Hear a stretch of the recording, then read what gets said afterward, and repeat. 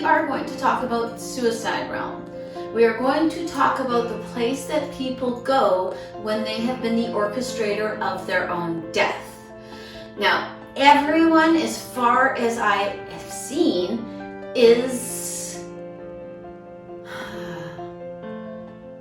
everyone that I have seen so far that has been the orchestrator of their own death has to spend at least a little time in the suicide realm. And in fact, when somebody is the orchestrator of their own death, which is actually a terminology that I use for,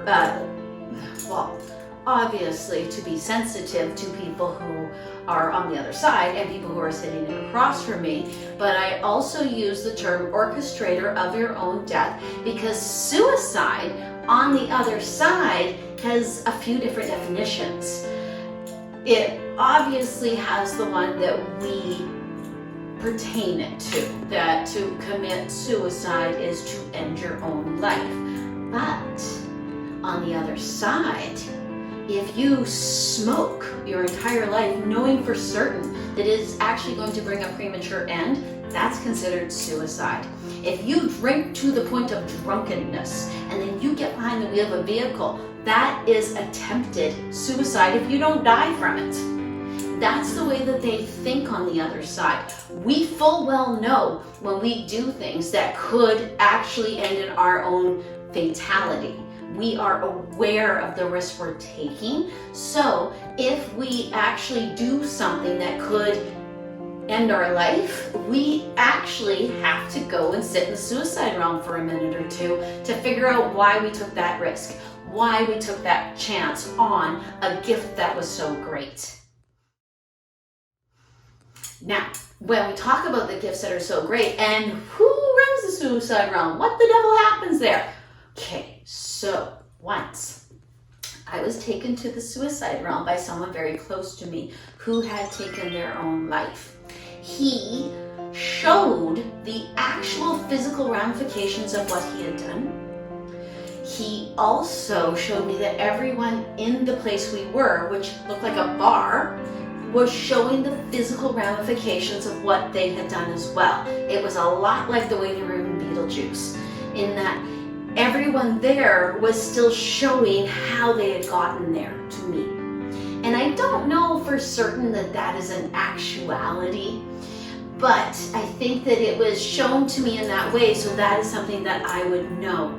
That would help me to realize where on the other side I was, because I have been to the other side previous to that visit, and it was a different sort of place because I was taken there by somebody different.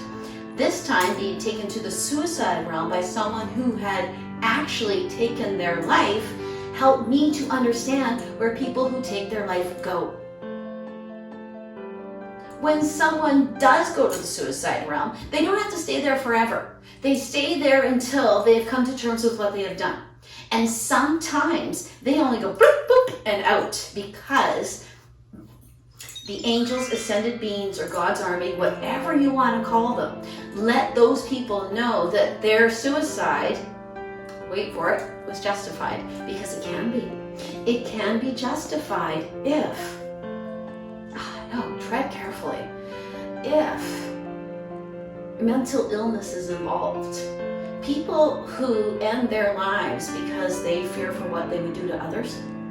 People who end their lives because they can't deal one more day with the hell that is in their own head. Those folks not only don't get a pass, but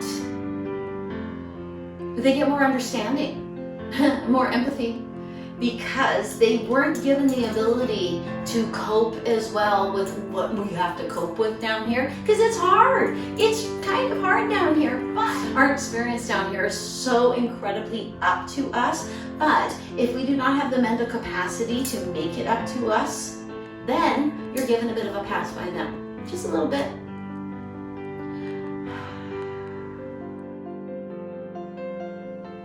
When someone has to go to the suicide realm, they do so they can learn what they've given up. They do so that they can get a higher and stronger understanding of what it is like to be here and why we are here in the first darn place. I don't know that folks who come out of the suicide realm and then join the rest of their family are a little more enlightened than their family. They might actually be a tiny bit, but each person's time on the other side is individual. Each person's time in the suicide realm is individual. And please know too, if you have a loved one that is in the suicide realm right now, know that your other loved ones can get to them. Know that they can still hear you. They're not sequestered and taken off into solitary confinement or anything like that. They are still amongst everyone. They're just learning in a different sort of way. And they're learning stuff a little bit more. They don't get to completely go and rest with everyone yet. And I don't know that they want to. They need to learn the things that they learn in the suicide realm. Thank you for watching this video today. I hope it was somewhat informative. I hope that some of it made sense for you.